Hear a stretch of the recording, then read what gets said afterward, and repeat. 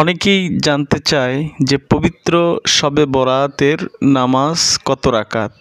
তো এই শবে বরাতের নামাজ কত রাকাত পড়তে হবে এই বিষয়ে রাসূলুল্লাহ সাল্লাল্লাহু আলাইহি ওয়াসাল্লাম হাদিসে কোনো দিক নির্দেশনা দেন নাই। তবে নবীজি বলেছেন, যখন শবে বরাত তথা লাইলাতুন নিসফি মিন শাবান তোমাদের সামনে উপস্থিত হয়, ফাকুমু লাইলাহা ওয়াসুমু ইয়াওমাহা, তখন তোমরা ওই রাত্রিতে নফল ইবাদত করো।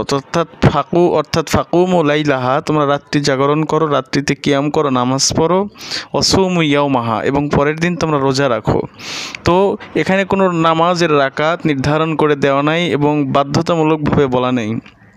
তো এই নামাজটা অন্য অন্য নামাজের মতোই, অন্য অন্য রাতের নফল নামাজের মতোই নফল নামাজের নিয়ত করে যে যতটুকু সম্ভব নফল নামাজ আদায় করবেন। শবে বরাতের বিশেষ কোনো নামাজের কথা হাদিসে নেই।